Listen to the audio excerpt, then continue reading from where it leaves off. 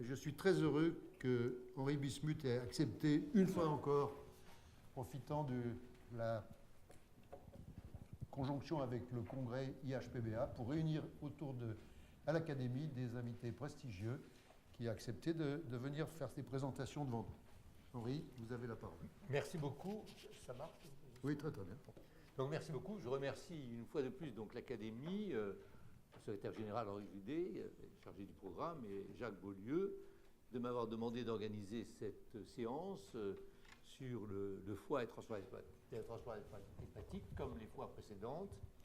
Et j'ai donc pensé inviter des chirurgiens qui venaient à Paris pour le congrès international de chirurgie hépatique et de transplantation hépatique et de pancréas, IHPBA, pour leur demander de faire part de leur expérience dans différents domaines sur cette thématique. Et vous verrez ce qu'ils vont rapporter comme innovation. J'ai insisté sur le caractère novateur de ce qu'ils vont nous dire. Alors, le premier orateur est le professeur Aryeh Harish, qui est en Israël. En fait, il a fait ses études en France et une partie d'ailleurs de sa médecine en France. Il est d'ailleurs venu dans mon service, entre autres, mais a été dans plusieurs services, en particulier à Garches, où il était dans le service des Judées. Et actuellement, il travaille dans un très grand institut en Israël, à Haïfa, qui s'appelle l'Institut Rambam, auquel appartient un institut de recherche très important et connu mondialement qui s'appelle le Technion, qui est source de beaucoup d'innovations dans le domaine médical et scientifique. Alors, Aryeh Harish, qui est actuellement le directeur du département de chirurgie hépatobiliaire, va nous parler des greffes de cellules par la veine porte, des microcapsules faits de tissus biosynthétiques et qui vont jouer un rôle dans la régénération du tissu hépatique. Voilà, Aryeh. Merci. Et je vais tout d'abord remercier M. Bismuth, remercier l'Académie. J'ai fait mes études en France, donc je connais des professeurs qui sont là et j'ai beaucoup d'estime pour eux. Donc c'est mes maîtres de médecine. Je suis vraiment très, très honoré d'être là. Et je vais parler aujourd'hui de l'utilisation des constructions d'hydrogel pour les greffes de cellules. Et ceci est parce qu'il y a une pénurie de greffons. On sait très bien, et tout le monde est confronté, tous ceux qui s'occupent de la transplantation hépatique sont confrontés à la pénurie de greffons. Mais moi, je vais toucher un côté qui est le côté de remplacement hépatique aigu, c'est-à-dire comment peut-on ou est-ce qu'on peut avoir du tissu disponible rapidement pour des situations comme des hépatectomies majeures. Aujourd'hui, on fait de plus en plus d'hépatectomies majeures sur des foies qui ont des problèmes après la chimiothérapie. Et donc, est-ce qu'on peut avoir une aide, est-ce qu'on peut avoir une réponse rapide sous forme de cellules?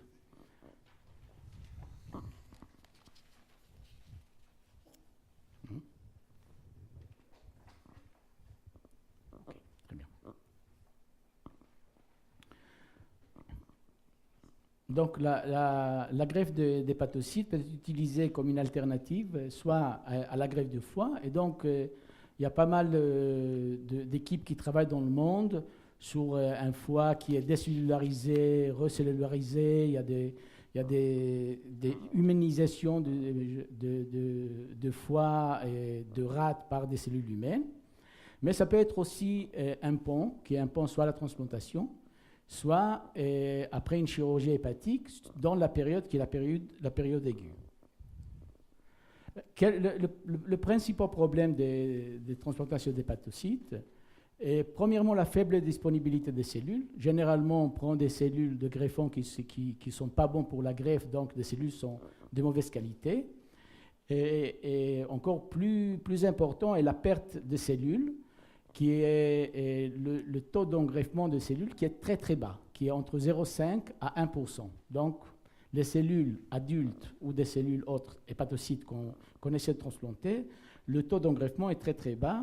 Et c'est un problème. Nous, on a essayé de comprendre pourquoi est-ce que le taux d'engreffement est bas et où est-ce que ça joue. À quel moment de la greffe. Alors, comment est-ce qu'on peut améliorer? L'hypothèse était qu'en fait, le problème était un problème aigu. Au début de la transplantation, quand on injecte les cellules, il y a des forces de cisaillement, il y a des forces mécaniques qui agissent sur les cellules et qui détruisent les cellules. Puis il y a la réponse immunitaire qui est une réponse très très tôt, très très rapide, et que cette réponse immunitaire en fait détruit les cellules. Alors on a pensé, est-ce qu'on peut avoir un dispositif qui est un dispositif biosynthétique qui va nous permettre de servir de support mécanique aux cellules. Il doit être biodégradable de façon à qu'on n'ait pas de corps étrangers dans les vaisseaux, qui permettra l'adhérence cellulaire, un passage de nutriments et d'oxygène, et qui va fournir une bonne réponse contre l'immunité. Alors dans le Technion, dans le département de biotechnologie, ils ont pensé à une construction qui est une construction faite de fibrinogène. Le fibrinogène est là. Et ils ont choisi le fibrinogène parce que le fibrinogène peut être clivé par des enzymes qui sont des enzymes dans le sang. Et donc, par ce biais, être dégradé petit à petit. Sur le fibrinogène, il y a des molécules de diacrylate. Et à ces molécules de diacrylate, il y a des molécules de polyéthylène glycol. Le fibrinogène, de sa part biologique, permet aussi une bonne surface d'adhérence aux cellules, aux hépatocytes. Et les polyéthylène glycol donnent une force, une rigidité à cette construction. Et donc, une fois qu'on a ce gel qui est en fait un liquide, on met des cellules à l'intérieur de ce gel et sous l'action des UV, ce gel en fait devient, comme ça on actionne l'UV et le gel devient en fait un plug. Il devient quelque chose de solide, que cet élément solide, on peut le transplanter. Et là on voit très bien, au sein de ce gel, comment les hépatocytes se groupent et forment des sphéroïdes. Et les sphéroïdes, on sait très bien aujourd'hui que les sphéroïdes sont les formes où les hépatocytes peuvent être actifs et où ils sont protégés plus ou moins. Il y a une structure qui est une structure fonctionnelle. Mais on a remarqué que dans le gel, quand on mettait les hépatocytes, on voit en vert les cellules qui sont vivantes et en rouge les cellules mortes. On voyait très bien que les cellules vivantes étaient à la périphérie du gel et les cellules à l'intérieur du gel mouraient. Et on se demandait pourquoi. Apparemment, il n'y a pas d'apport ni d'oxygène ni de nutriments qui pénètrent à l'intérieur du gel. Donc c'est seulement à la surface. Alors à ce moment-là, on s'est dit, on va faire des microcapsules. On va prendre ce gel et on va le transformer en microcapsules avec des cellules à l'intérieur. Et donc, dans cette condition, toutes les cellules, en fait, seront en contact avec les nutriments qui sont autour. Et donc, notre objectif, en fait, était de développer des microcapsules qui vont améliorer la greffe et qu'on va pouvoir injecter dans la veine porte. Et on a essayé par plusieurs méthodes de le faire et on est arrivé à cette méthode-là qui semble une méthode un peu brutale. C'est un chopper. Là, vous voyez le gel. Le gel est comme ça après l'action des ultraviolets. Et ce chopper, en fait, coupe ce gel qui est solidifié. Il le coupe en microcapsules. C'est pas très... on connaît pas exactement... C'est pas de diamètre qui est constant, mais c'est des diamètres qui vont de 200 jusqu'à 700 microns. Et à l'intérieur de ce diamètre, de cet élément, on a les cellules. Et là, vous voyez très bien que dans les microcapsules, les cellules rouges sont très peu. On voit beaucoup de vert. Donc, les cellules restent à l'intérieur, malgré cette action qui est très, très forte, une action mécanique. Les cellules restent et il y a très peu de cellules qui sont mortes. Et quand on voit le taux, vous voyez là, on voit très bien des cellules, il y a une majorité des cellules qui des cellules vertes. Et quand on voit le taux, en fait, d'encapsulisation, on voit qu'il y a 60%. Donc il y a 40% des cellules qui sont perdues par le biais de cette action mécanique qui est très traumatique pour les cellules. Et donc, une fois qu'on a eu ce dispositif, on voulait savoir est-ce que c'était faisable pour les cellules, premièrement, de vivre à l'intérieur et deuxièmement, d'être véhiculées dans le foie. Alors, on a étudié avec des cellules HUH7. Cellules HUH7 sont des cellules de ligne humaine de carcinome hépatocellulaire qui ont été prélevées chez un malade japonais. Et on s'est dit qu'on va utiliser ces cellules-là parce qu'on sait déjà de la littérature que les hépatocytes adultes, les hépatocytes de rats ou humains, sont très très fragiles. Et donc, pour pouvoir savoir si vraiment des cellules peuvent vivre à l'intérieur de ce scaffold, on a utilisé ces cellules et on voyait très bien que des cellules peuvent vivre à l'intérieur des capsules. Et en fait, ce qu'on a fait, c'est qu'une fois in vitro, on a vu que c'était possible. On a pris des cellules qu'on a mis dans des microcapsules et on a injecté ces microcapsules dans la veine porte des rats. On a fait de la façon suivante. En fait, on a clampé et on a laissé seulement le lobe latéral et le lobe caudé. Et on a injecté des cellules par la veine porte. On a étudié, on a essayé de voir quel était le temps d'encapsulisation. Alors, premièrement, pour savoir qu'il y avait effectivement des cellules chez le malade par PCR, on voyait très bien le chromosome 16, qui est un chromosome humain, qui appartient aux HUH7, qui était là. Donc, il y avait des cellules humaines présentes chez le rat. On voyait très bien sur hématoxyline et éosine, on voit très bien dans une vénule, le dispositif avec des cellules à l'intérieur. Et là, donc, on a étudié le BRDU, qui est en fait une coloration qui permet de montrer que des cellules se multiplient. On voit très bien des cellules multipliées au sein des capsules. On voit le CYP1A, qui est une enzyme des cytochromes qui a une activité et de l'albumine. On voit très bien l'albumine qui est synthétisée par les cellules. Donc, on pouvait dire que dans ces cellules-là, premièrement, elles vivaient, et deuxièmement, elles étaient fonctionnelles. Elles pouvaient produire de l'albumine, elles pouvaient avoir une activité enzymatique. Et donc, ce qu'on pensait faire, en fait, ce qu'on avait fait là, c'est qu'on a mis en place un modèle pour la transplantation. On a utilisé les HUH7 et la deuxième étape était d'utiliser des hépatocytes adultes. Et on a observé effectivement que les hépatocytes vivaient et qu'elles étaient fonctionnelles. Et donc, la deuxième étape était d'injecter des hépatocytes adultes. On a pris des hépatocytes adultes d'un rat mâle et on a injecté à un rat femelle, de façon à pouvoir suivre ces cellules-là chez le rat, dans le foie des rats femelles. Et on avait fait préalablement une hépatectomie de 34% chez le rat. Et ça, il y a beaucoup d'auteurs, notamment professeur Franco, qui ont montré que soit l'embolisation portale, soit l'hépatectomie partielle pouvaient améliorer la régénération. Donc, elles étaient un bon substrat pour améliorer la régénération.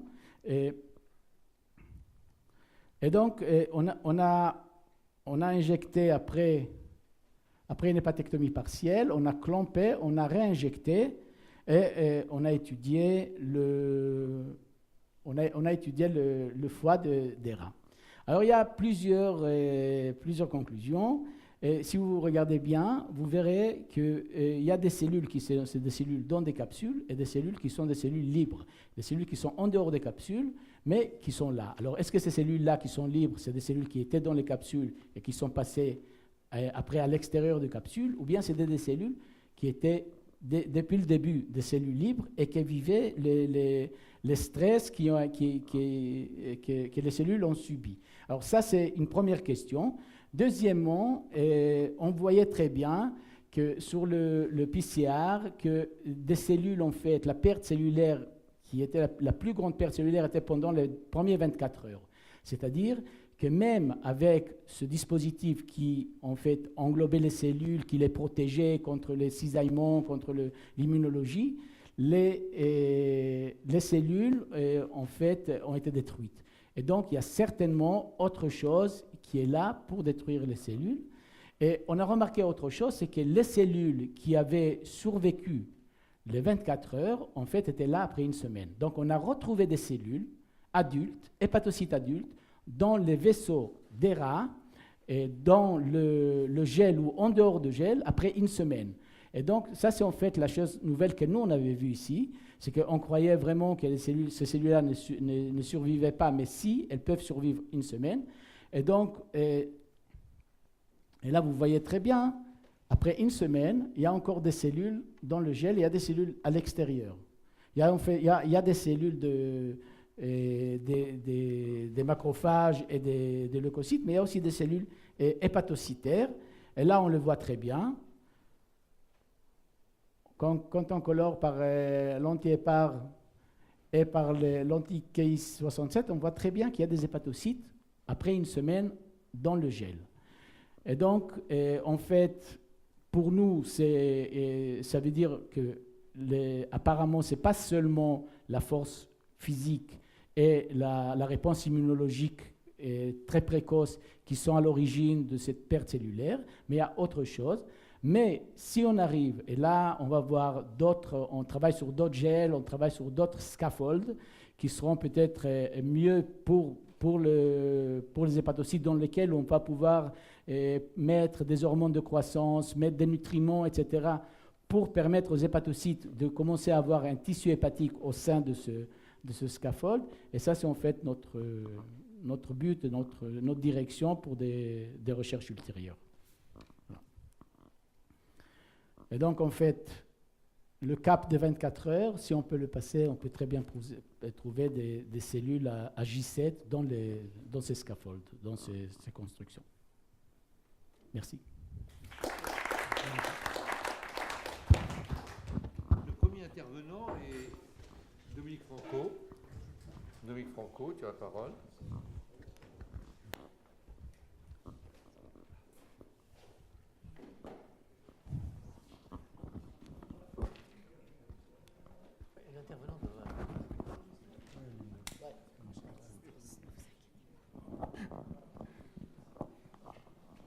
Merci. Et en salle, disons. Voilà, où ça? Non, c'est ça. Ouais. Bien, merci, c'est un peu long. Et d'abord, je voulais féliciter le professeur Harish. C'est un très joli travail, avec beaucoup d'innovation. Et puis, j'aime bien ce parcours. On analyse, on en tire des conclusions, on corrige, on fait un pas en avant. Et je trouve que ça, c'est vraiment très intéressant et une très belle manière de travailler. Alors, ce que je voulais juste, c'est vous resituer un petit peu où on en est dans la transplantation des hépatocytes. Hein. D'abord, quels sont les malades qui, pour l'instant, peuvent potentiellement bénéficier d'une greffe d'hépatocytes? Eh bien, alors je suis désolé, dans sa foulée, j'ai fait une diapositive en anglais parce que je pensais qu'il allait présenter en anglais, mais vous avez vu qu'il y avait quelques diapositives anglais dans son topo. Donc, le premier groupe de patients qui peut vraiment bénéficier de cette technique, ce sont les malades qui ont une maladie héréditaire métabolique du foie, en particulier les enfants avec des déficits en enzymes du cycle de l'urée ou la maladie de Crigler-Najjar ou l'hypercholestérolémie familiale. Et là, actuellement, il y a des cas uniques qui ont été traités, puis il commence à y avoir quelques essais cliniques sur un petit nombre de malades comportant ces maladies. Deuxième possibilité, c'est effectivement un traitement d'attente ou un traitement même définitif éventuellement de l'insuffisance hépatique aiguë pour passer le cap où il n'y a plus d'hépatocytes du receveur. Et actuellement, il y a eu un essai qui a été initié en Allemagne. Je crois qu'il ne se passe pas très bien pour l'instant et donc on peut dire qu'à part quelques cas isolés, on n'a pas des résultats définitifs sur le sujet. Et puis on peut imaginer aussi que la transplantation cellulaire puisse être utilisée dans la cirrhose, on en est encore un petit peu loin, ou éventuellement pour aider la régénération hépatique. Alors le plus simple, effectivement, c'est de transplanter des hépatocytes par la veine porte dans le foie. Cela dit, il y a un certain nombre de facteurs d'échec, et le Dr Harish l'a bien souligné, qui est qu'on trouve très peu d'hépatocytes à la fin de la manipulation. Alors pourquoi ? D'abord parce que c'est difficile actuellement de trouver un grand nombre d'hépatocytes à injecter. Il faudrait prendre beaucoup de foies de donneurs, et ça, on n'en a pas beaucoup à notre disposition. Deuxièmement, il a bien montré qu'il y a des facteurs mécaniques au moment de l'injection qui jouent. Et puis ensuite, et ça c'est des questions que j'aurais à lui poser, eh bien, permettre aux hépatocytes d'arriver dans le sinusoïde, c'est très difficile, parce qu'ils se bloquent en général en petits agrégats au niveau des vénules portes pré-sinusoïdales. Troisièmement, traverser la barrière sinusoïdale est aussi un geste extrêmement difficile, extrêmement périlleux pour les hépatocytes, et beaucoup périssent à ce moment-là. Et quatrièmement, l'intégration dans les travées hépatocytaires et la division cellulaire des hépatocytes injectés, c'est un phénomène complexe, rare. Ils rentrent en compétition avec les hépatocytes normaux et ils ont peu de chances de succès. Et donc, tout ceci explique pourquoi on a beaucoup de mal actuellement à avoir des résultats en injectant des hépatocytes dans la veine porte. Alors, il y avait une question que je voulais lui poser à ce moment-là, c'est qu'effectivement, la technique qu'il décrit, c'est l'encapsulation, peut-être ça améliore la première étape, c'est-à-dire l'accès vers le foie de l'hépatocyte, mais est-ce qu'après, ça il ne l'a pas très bien montré dans sa présentation, est-ce que ça facilite effectivement les étapes suivantes qui sont la traversée, l'arrivée dans le sinusoïde, la traversée de la barrière et la division? Moi j'ai quelques doutes sur ce qu'il nous a montré à ce sujet-là. Troisième point, est-ce qu'actuellement, vu l'échec de la transplantation d'hépatocytes matures, on est en train de s'orienter vers d'autres types de procédés? Alors, éventuellement, d'injecter les hépatocytes dans le péritoine, c'est plus facile. Et Anil Dhawan à Londres a rapporté récemment un cas de patient avec une maladie métabolique héréditaire qui a été sauvé par ce procédé. Deuxièmement, on en a eu hier une très belle présentation, c'est d'utiliser la production en masse d'hépatocytes humains. Comment ? Eh bien, en injectant des hépatocytes humains dans des foies de souris tolérantes avec maladie hépatique. Alors, il y a une prolifération des hépatocytes. On en retrouve 5% après l'injection, 95% au bout d'une semaine. Et si on répète le phénomène, on peut avoir une sorte de production industrielle d'hépatocytes humains ou plus tard cryopréservés. Troisièmement, c'est de remplacer les hépatocytes par d'autres types cellulaires, les cellules souches. Alors là, pour l'instant, c'est le grand bond, j'allais dire le grand bond en avant, mais devant mon ami Chongqing, je ne veux pas utiliser trop souvent cette allocution. Mais pour l'instant, donc, on est en train d'utiliser beaucoup de cellules souches dans cette indication. Et il y a actuellement un essai clinique qui vient de démarrer en Belgique. On vient de donner l'autorisation à l'AFSAPS d'utiliser des cellules souches hépatiques, c'est-à-dire un stade déjà évolué des cellules souches, pour traiter des enfants qui ont une maladie de déficit en OTC ou un Crigler-Najjar. Et puis la dernière possibilité qui, je dirais, court-circuite tous les inconvénients d'injecter in vivo des cellules souches, et puis l'inconvénient aussi immunologique, c'est de construire de nouveau un foie à partir d'un squelette de foie complètement décellularisé, et en injectant dans ce squelette décellularisé soit les hépatocytes matures, soit des cellules souches, eh bien on réussit, et quelques équipes l'ont montré, et nous travaillons pour l'instant dessus dans notre unité INSERM, à reconstruire un foie transplantable. Donc voilà comment je voulais éclairer la présentation de Harish. Alors moi j'avais deux questions à lui poser. Nous, une des difficultés, c'est de faire en sorte que les cellules arrivent dans le sinusoïde. Et je suis un petit peu surpris qu'avec des grosses microcapsules, ces hépatocytes arrivent plus loin que la vénule porte. Ça, c'était ma première question. Et puis la deuxième, je n'ai pas vu d'image histologique montrant l'intégration et la division des hépatocytes dans les travées hépatocytaires. Et ça, à mon avis, c'est le but final à observer. Harry, tu restes. Oui. Donc, pour la deuxième question, effectivement, les microcapsules qu'on arrive aujourd'hui à fabriquer s'arrêtent au niveau des vénules. Elles n'arrivent pas au niveau des sinusoïdes, elles arrivent au niveau des vénules. Mais on a vu très bien sur les dernières images qu'il y avait en fait les cellules étaient plutôt vers la périphérie et allaient vers le parenchyme hépatique.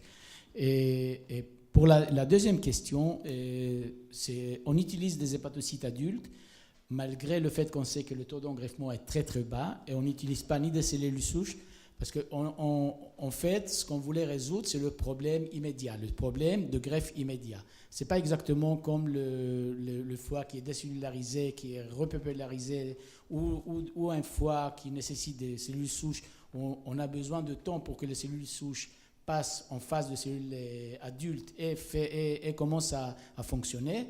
On voulait savoir est-ce qu'on peut avoir du tissu hépatique fonctionnel immédiat, c'est-à-dire injecter et avoir une réponse pour une insuffisance hépatique aiguë, pour quelque chose qui se passe tout de suite.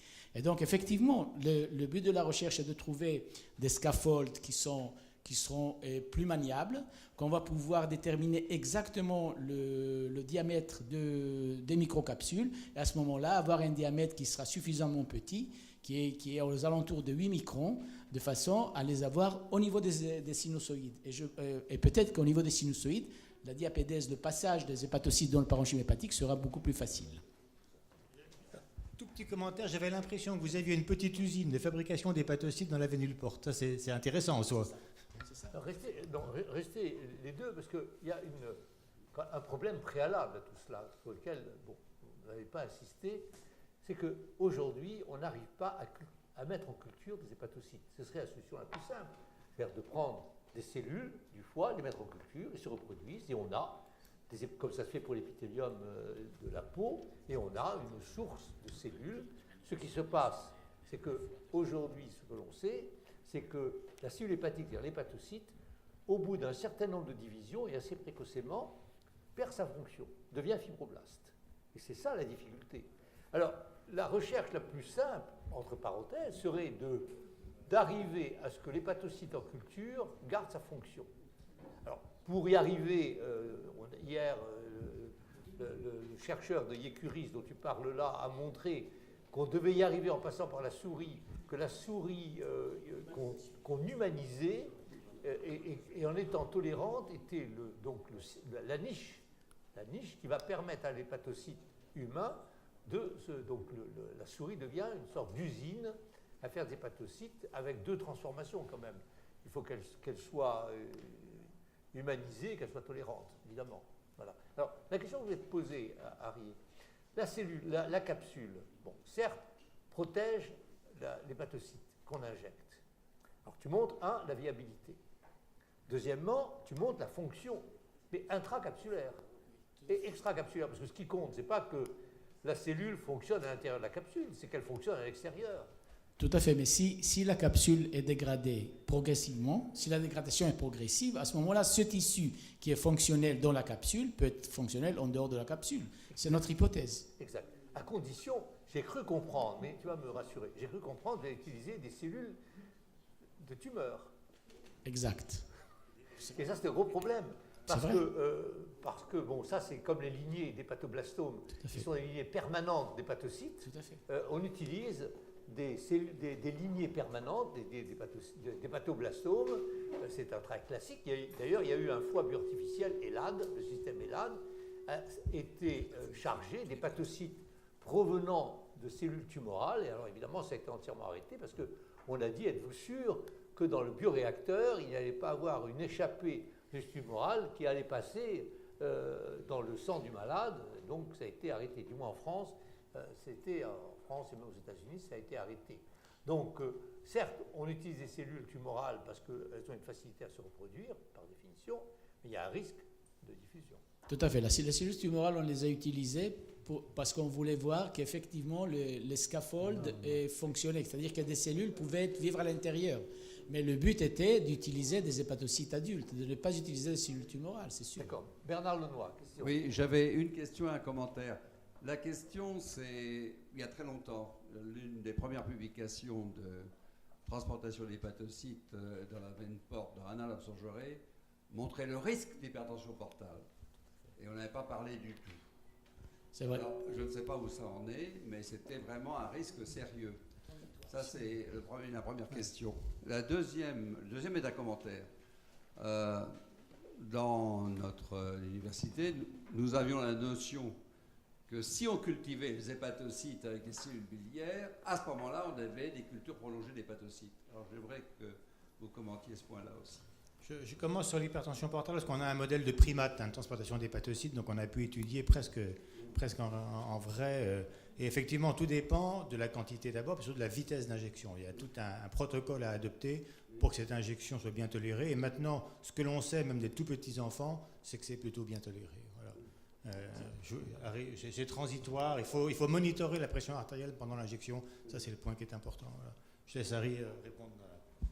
Alors, pour la culture des hépatocytes avec des cellules biliaires, on n'a pas fait de culture d'hépatocytes. On a utilisé des hépatocytes qui étaient des hépatocytes frais, qu'on a prélevés directement sur le rat, et on les a transplantés chez le receveur. Donc, on n'a pas fait de culture d'hépatocytes. Mais effectivement, les cultures d'hépatocytes, c'est un des gros problèmes, parce qu'une fois que les hépatocytes sont là, est-ce qu'elles vont fonctionner après? C'est une question qu'on ne connaît pas encore très bien la réponse. Mais l'histoire d'humanisation des foies, à mon avis, ça peut être... Il est possible qu'on va avoir une usine d'hépatocytes qui sera là.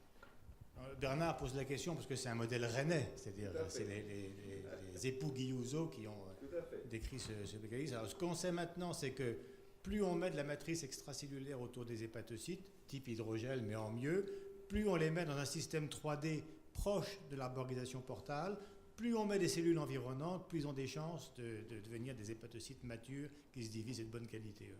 Donc c'était un travail préliminaire tout à fait passionnant.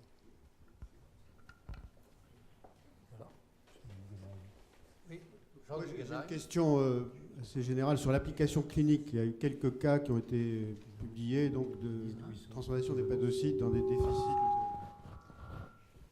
enzymatiques, hypercholestérolémie familiale, etc. Et ça reste des cas très isolés.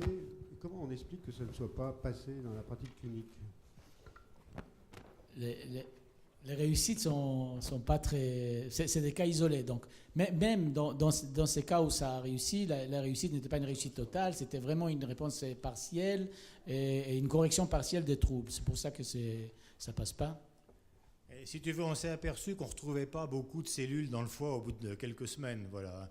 Et donc, l'intérêt du travail belge qui vient d'avoir l'autorisation, c'est que nos hépatocytes, ce sont des précurseurs d'hépatocytes, des stem cells de la niche hépatique, et que donc ceux-là, on sait qu'ils ont un pouvoir de division de 3 à 4 quand ils arrivent dans le foie, et donc on espère qu'au bout de 3 ou 4 divisions, on aura un nombre d'hépatocytes suffisant dans le foie transplanté et qu'on pourra observer plus de résultats. Sinon, il faut utiliser, nous on a utilisé par exemple l'embolisation portale partielle, mais c'est un protocole extrêmement complexe. On n'a pas réussi à démarrer l'étude clinique en raison de la complexité du protocole qu'on avait mis en place chez le singe.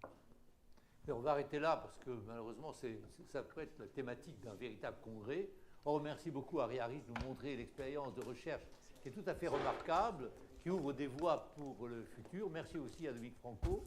Et on va d'emblée...